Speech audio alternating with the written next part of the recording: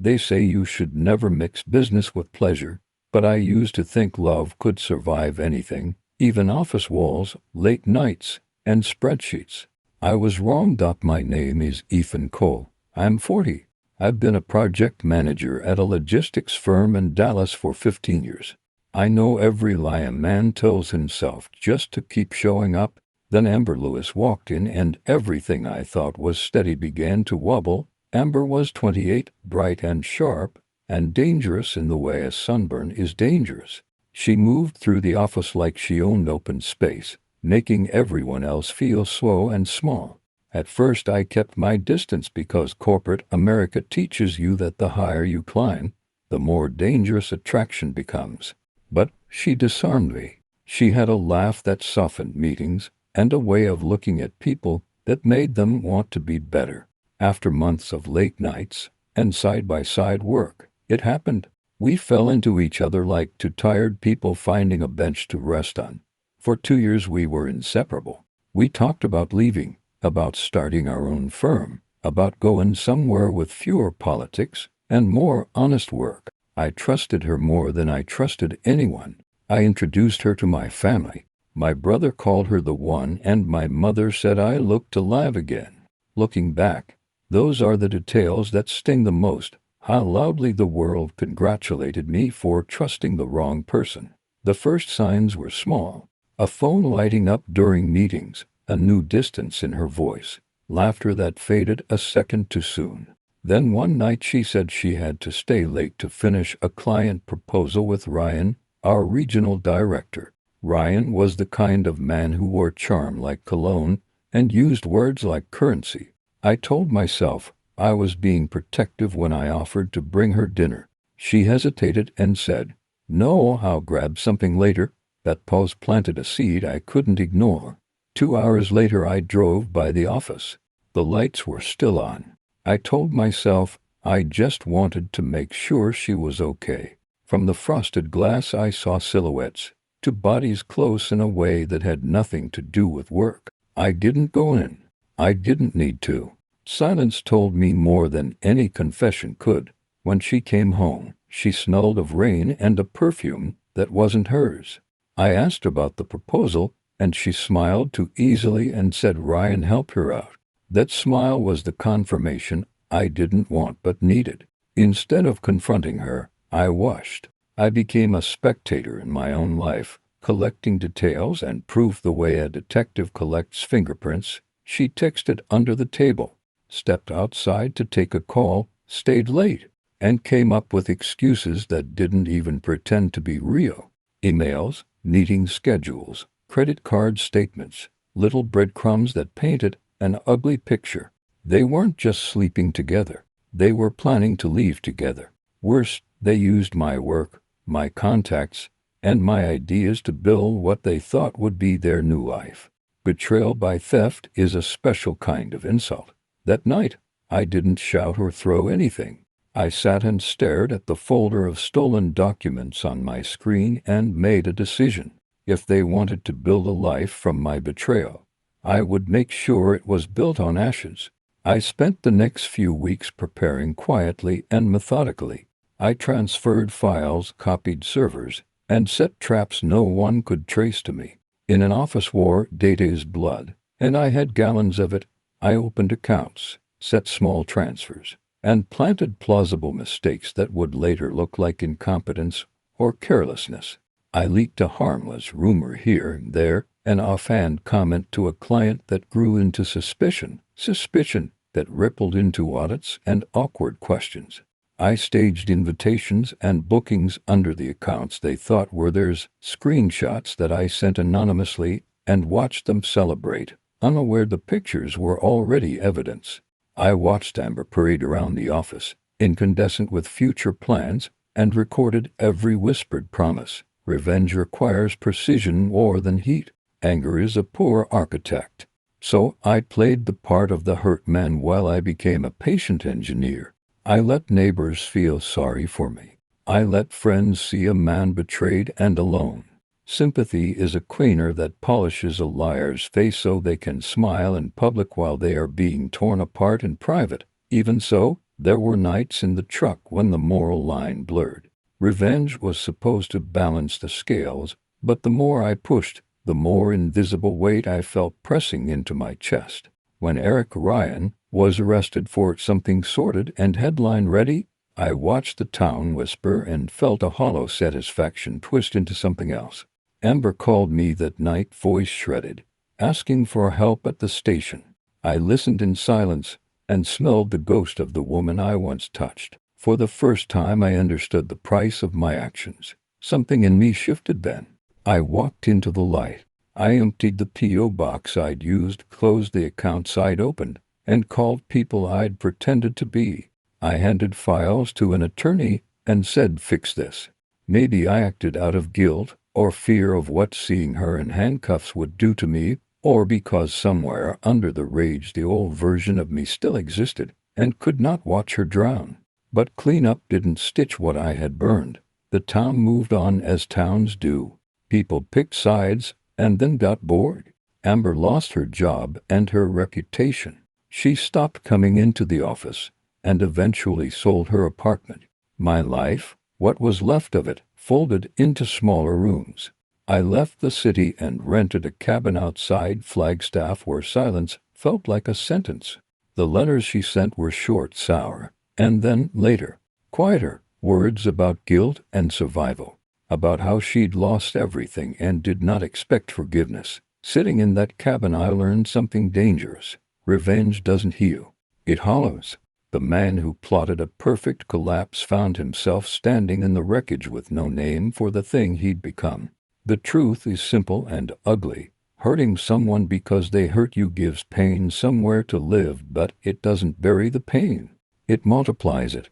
I wanted her to feel small, but watching the town's doors close on her felt like the town had closed a door on a part of me too. If you ask me now whether I have regrets, I'll tell you yes. Not because she cheated, because I answered that betrayal with a slow, meticulous cruelty that cost us both more than I intended. I thought I wanted to be stronger after breaking her. Instead, I learned how fragile I really was. If anything remains of what we were, it's the way Ash remembers the shape of what burned. I carry that shape with me every day. The morning after I found out about Ember and Ryan, everything in the office felt different. The air was heavier, the lights sharper, the sounds too loud. It's strange how betrayal changes your senses. You start noticing things you never cared about before: who laughs with whom, who closes the blinds, who looks away when you enter a room. I could feel their secret like static in the air. Amber still acted like nothing was wrong. She smiled at me in the hallway, called me by the same pet names she used at home. That hurt more than the silence the night before.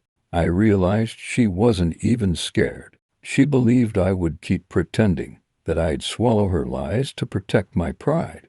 That's when I decided she would learn how wrong she was. I stopped talking much, but I listened. I memorized their meetings, the files they opened, the clients they mentioned. I noticed how often Ryan needed her input, and how her reports started using my numbers and wording. They weren't just sneaking around. They were preparing to replace me. The idea of them sitting in the office I built, using my work to fund their romance, lit a slow fire inside me. I knew a direct confrontation would end with shouting and tears, and nothing else. So I chose the quiet path. Every evening after she left, I stayed late under the excuse of finishing a quarterly report. In reality, I was copying files from our servers, saving every email, every project document, every signed deal that had my fingerprints on it. I spent weeks gathering everything until I had enough to ruin them both if I wanted to. But revenge isn't just about evidence. It's about timing. You don't pull the trigger the first time you win. You wait until it matters most. Ryan had been pitching a new client for months, a deal big enough to promote him to the corporate board. Amber was helping him behind the scenes, using my data and my presentation templates. I watched them work on it, acting as if I didn't exist. Then, one night, I saw their plan open on her laptop while she stepped away for coffee. She didn't even bother to lock the screen. That was her mistake. I copied everything. Not just the proposal, every financial document they'd touched. Then I changed a few numbers. Just small edits, believable ones. A few missing commas, a few inverted figures. On paper, it looked perfect. In reality, it was a time bomb. The next morning, they presented it to the board. Ryan's voice was confident. Amber beamed beside him.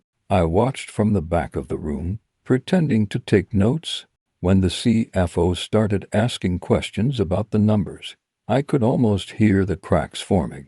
Within minutes, the proposal began falling apart. Ryan stumbled, Amber turned pale. I didn't say a word. Later that day, Ryan stormed into my office. His smile was gone. What the hell happened? He demanded. I shrugged. Guess you should double-check your sources next time. He glared, trying to figure out if I was bluffing. Amber stood behind him, silent, her eyes darting anywhere but at mine. That silence was my confession and my victory. They spent the next few weeks cleaning the mess. I stayed polite, professional, and touchable. Rumors started spreading through the building. People whispered that Ryan had mishandled data, that Amber had leaked confidential information. No one knew the truth, and I made sure of that. I didn't need to lie. I just let people draw their own conclusions. But revenge never feels like you imagine. I thought I'd feel power, satisfaction, maybe even justice. Instead, it felt empty. Nights stretched long and heavy. I drank more. I drove aimlessly through the city, replaying the same thought. If she had just told me the truth, I could have walked away clean. One evening she came to my apartment. I hadn't seen her outside of work for weeks. She looked smaller, tired. Ethan, she said, we need to talk. I let her in, but said nothing. She stood there, twisting her hands. I know you know. About Ryan. About everything. Her voice trembled. It wasn't supposed to happen like that. I felt like you didn't see me anymore. That line hit me harder than I expected. Maybe because there was some truth in it. Work had consumed me for years. But hearing her justify it made my stomach twist. You felt invisible, I said.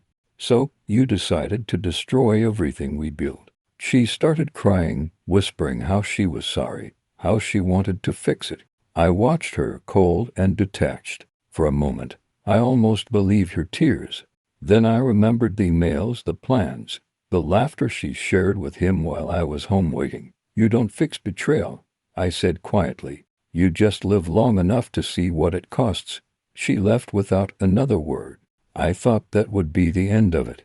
But betrayal never ends when you expect it to. A week later, I got a call from HR. Someone had reported a breach in the data system. They were launching an investigation. My stomach sank. I'd covered my tracks well, but not perfectly. Amber knew enough to make it look like I was involved. It was her turn to strike back. I realized then that we were past love, past revenge. We were just two people locked in a slow professional war where the only rule was survival. I looked out the office window that night, the city glowing like 1,000 tiny fires, and made a new decision. I wasn't going to let her destroy me. If she wanted war, I'd give her one. But this time, I'd make sure she couldn't come back from it. To be continued. They called it an audit at first, polite emails, and meetings with IT and compliance. Official sounding words that tasted like accusation. All wanted to know who had accessed the files, which accounts had moved money, who had the credentials. I sat in the interview room and watched other people fidget while they assumed my silence meant guilt. I answered the questions without drama, careful with my tone, precise with dates and times. It was a performance, and I had been rehearsing for weeks without telling anyone. I thought I had covered my tracks perfectly. I had masked my copies, routed my transfers through dead ends, hidden the edits behind plausible user errors. But I'd underestimated how messy other people's mistakes could look when you don't control the narrative. Amber knew enough to point a finger, and when she did, it landed on me. Not because she had proof I'd sabotaged their proposal, but because the hole she'd been digging for me looked like something I'd slipped into on my own. The first week was hell. My inbox filled with curt requests. The board asked for a sit-down. The legal team wanted access to my laptop. I handed things over. I lied in very small ways, omitting the times I stayed late, saying I'd been at a client meeting when I was actually copying files, claiming ignorance when memories had names. It felt like a man defending his house while the floor burned under him. Outside of work, the town bifurcated. Friends who'd called me brother now avoided my calls. Lunch spots where I'd been a regular started offering excuses when I walked in. People are quick to take sides because taking sides is easier than asking questions. I kept my head down and let them think what they wanted. It's easier to be guilty than to be questioned. Then the board released a statement that shifted everything. They announced a forensic review had found irregularities tied to user accounts associated with my credentials. The media in our small market picked it up the way media always does, eagerly, with a taste for scandal. My name followed. I read the headlines in a diner booth, the letters swimming like a bad dream. People I worked with called to offer condolences more than support. Sympathy was a polite version of indictment. I could have tried to explain. I could have brought the evidence I'd saved, the timestamps, the files with the edits that proved tampering. But that would have required exposing how deep I'd gone, admitting I'd copied servers, touched directories I shouldn't have, played the angle of vengeance. There is a strange dignity in silence. Admitting my actions would have made me as culpable as the rumors claimed. So instead I played the only hand I had left. I turned my silence into surrender, and surrendered into an offer to cooperate. Legal put me on unpaid leave while they dug. My email access was restricted. My badge didn't work. It felt like being erased slowly, a man whose life was reduced to a name on a memo. I slept worse than I had before. The emptiness that came after fury had a hollow, echoing quality. I had thought that when the dust settled I would feel triumph or at least a cold satisfaction. Instead, I felt like someone who had amputated a limb for revenge and now watched the stump with something like regret. Amber's life didn't collapse all at once. For a while she still moved through the office, head down, face pale but composed. Rumors clung to her but didn't drown her.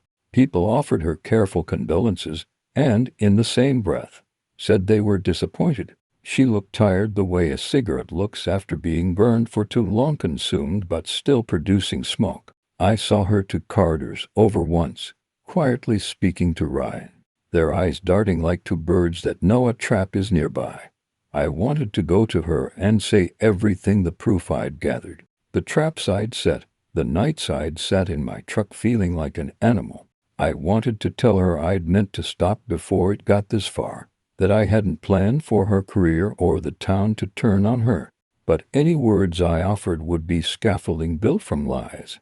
The truth had teeth, and I'd sharpened them for someone else. Then the news cycle turned. Ryan's legal troubles multiplied when a past misdemeanor came to light, one that made his promotion impossible. Amber started missing client calls. She was the ghost of competence that showed up but didn't hold. Clients pulled back. The board tightened its scrutiny across the department. I watched all this from a distance that felt surgical and cruel, because I had been the surgeon wearing both the blade and the blood. One night, after the office emptied and the fluorescent lights hummed like an electric hum of regret, I took the evidence I'd collected and did something I never thought I would. I walked into the legal office and asked to speak with the forensic investigator. He was young and blunt, and had the sort of honesty people mistake for cruelty. I opened a hard drive and placed it on the table between us. The files were their versions, timestamps, copies that showed the edits and the routing. I didn't ask him to do anything then. I just watched his face, waiting to see whether the truth would look like redemption or further damnation. He called me in the next week with a question that felt like a knife wrapped in tissue. "Why did you collect this?" he asked. His voice expected explanation, not confession. I thought of telling him the story, how I found silhouettes through frosted glass, how love curdled into calculation, how revenge seemed like the only honest answer. But instead I said only because it was the right thing to keep. It was the cowardly truth, or maybe the bravest thing left in me. When the investigator ran the analysis, the pattern that emerged was messy and human. Someone had manipulated proposal numbers on Amber's account, but the edits traced back through multiple accounts and IP addresses. It was not the neat signature of a single saboteur. It smelt of a fight where everyone threw the same bottle at once. The board's final report was careful in its wording: procedural failures, multiple unauthorized excesses, insufficient oversight, no single villain, no clean scapegoat. The company took actions that looked decisive in the newspapers: suspensions, freezes, a public apology. But the damage was done. Careers had been wound down to cautious threats. People left to find new jobs rather than risk the stain of association. For Amber, reputation fragile and woven from whispers had been frayed beyond easy repair. For me, the stain was permanent. We had both become footnotes in a story that would pass through the town as a morality lesson told to warn others about mixing hearts with spreadsheets. What I hadn't expected was how much of myself I would lose when the case closed. Clearing my name would require telling the whole dirty story, putting everything I did into a courtroom or boardroom, admitting that I'd stolen data and staged traps. No one wanted to hear an admission that the betrayed became the betrayer. People want clean arcs, the villain exposed, the innocent redeemed. Our story was not that tidy dot in the end. The legal outcome was ambivalent. No criminal charges were filed against me. Civil suits and settlements hummed instead. Quiet money exchanged like band-aids. Amber was let go under mutual agreement. Ryan resigned amid pressure. The company announced structural reforms and promised a new era of transparency. We all read the press release and pretended to believe it. On my last day with the company, I packed my office slowly. I left behind the framed photos and the coffee mugs, the plastic trophies of productivity. I walked out past cubicles where people glanced up and away, and for the first time in months no one stopped me to ask how I was. I realized then that revenge doesn't end with victory.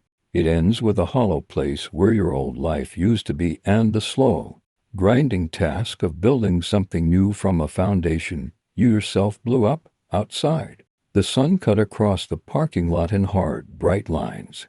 I drove away with a small duffel bag and a head full of files that would never make it into the light. The road ahead was long, and the quiet inside me louder than the engine. I thought about Ember and the way her voice had sounded as she begged to fix things. I thought about Ryan and his easy confidence. I thought about the town and how quickly it turned its eyes. There are no winners in the kind of war we fought. There are only stories, told again and again until the edges get dull and the lessons sink into the ground. I kept driving until the skyline shrank to a suggestion on the horizon, and for once I didn't know where I was going. I only knew I couldn't go back. I left the city the next morning. No goodbye calls, no explanations. I just packed what fit in the back seat of my old Chevy and drove west until the skyline disappeared in the mirror. There's a strange peace in leaving everything behind, the kind that feels more like anesthesia than healing. You don't feel better. You just stop feeling at all. About the highway stretched for miles, the horizon burning with the red of a dying sun. I drove through towns that looked the same: one gas station, one diner, one bar full of men who stared too long at strangers. Every night I'd stop, eat something tasteless, and lie awake in motels that smelled like bleach and cigarettes. I wasn't running anymore, but I wasn't heading anywhere either. I just needed to keep moving before the past caught up and made me stop. Weeks passed. The world outside the window blurred into sameness. Sometimes I'd turn on the radio, catch a song that reminded me of her voice, then shut it off before the chorus could finish. I kept telling myself I'd stopped caring, but every silence between towns reminded me that I hadn't. Eventually, the road led me to a small coastal town in Oregon, quiet, cold, fog curling around the docks. I found work fixing boats for cash. It was honest, heavy labor, the kind that leaves your hands rough and your mind too tired to think. The locals didn't ask questions, and I didn't offer any answers. For a while, it was enough, but healing isn't a straight line. Some nights I'd sit by the water, watching the tide drag everything out to sea, and wonder how something so relentless could still sound so calm. I'd think of Amber, her laugh, the way she used to lean against the kitchen counter and talk about her dreams. Then I'd think about what she'd done, what I'd done in return, and how both of us had built a grave for love with our own hands. Months later, I got an email from an old coworker, a name I hadn't seen in almost a year. He said the company had finally settled everything. Amber had moved to another state, working a smaller job, living quietly. Ryan had left the corporate world entirely. Rumor was he'd opened a car dealership somewhere down south. The message ended with a simple line: "You could come back if you wanted. People have forgotten." I read that word over and over. I'd spent so long trying to erase what happened, and now the world had done it for me. But it didn't feel like freedom. It felt like someone had written a new story over mine and left me out of it. I closed the laptop and walked down to the shore. The ocean was black under the moonlight, the kind of black that doesn't reflect anything. I picked up a stone and threw it as far as I could. It vanished without a sound. That night, I dreamed of her again. Not the woman who betrayed me, but the woman she used to be, the one who fell asleep on my shoulder during road trips, who believed we could build something lasting. In the dream, she said my name the way she used to, soft, like she still meant it. When I woke, I realized that maybe forgiveness isn't something you give to someone else. Maybe it's what you finally give to yourself when there's nothing left to lose. The next morning, I packed my few things into a small bag and left the dockery. I didn't know where I was heading, but for the first time in years, I didn't feel like I was running from anything. The guilt had dulled, the anger had faded, and in their place was something quieter, not peace exactly, but space. Enough room to breathe. Some stories don't end with redemption. They end with survival. I had lost my marriage, my career, my reputation, and the man I used to be. But somewhere along the way I'd found something close to truth. That love without trust is a house built on sand. And revenge, no matter how justified, is just another kind of drowning. I drove inland, following a cracked highway that disappeared into fields of gold. The morning sun broke through the clouds, flooding the road with light. For a moment, I saw my reflection in the rearview mirror, older, worn, but still there. And for the first time since everything fell apart, I didn't look like a man haunted by ghosts. I just looked like someone finally ready to live again.